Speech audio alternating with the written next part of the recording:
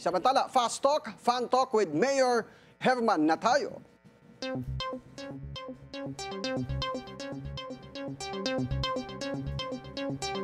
Eto, Mayor, ready ka na ba? Ready na po. Ayan, Sir eto. Dex. Simulan na natin ang ating Fast Talk. Tuwing Fiesta sa Pateros, ikaw ba ang una sa kainan o huli sa ligpitan? Huli sa ligpitan siguro. O kung ang leadership mo ay itlog na balot, ito ba ay balot sa puti o malaki ang sisiw? Balot sa puti. Yun. Kung magkakabalot flavor na leadership edition, anong lasa ni Mayor Herman? Classic, spicy o extra salty? Spicy. Kung may Mayor starter pack, anong laman po nito? Siguro po ang laman nito ay libro at talino po, no? Galing po sa ating mga karanasan. Eto, panglimang tanong. Ano ang mas mahirap pigilan, Mayor? Traffic, lamok, o temptation ng street food? Temptation po siguro ng street food. Ayun.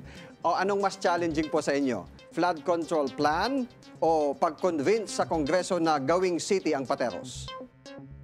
Baka po pag-convince sa Kongreso na gawing city ang Pateros.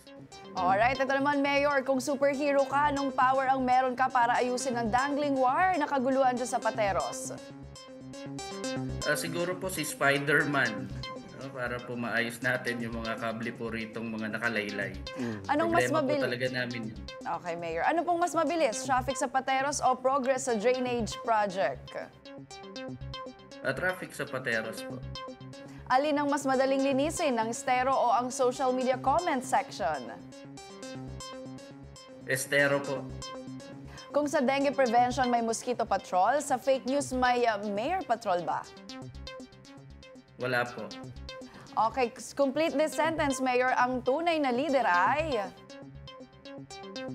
Ang tunay na leader ay may malasakit sa bayan, nagmamahal ng tunay, hindi po korap at nagsusulong po ng isang gobyernong maayos at gobyernong bilis-kilos. Alright, maraming salamat po sa inyong oras sa kausap po natin Pateros Mayor Gerald Herman.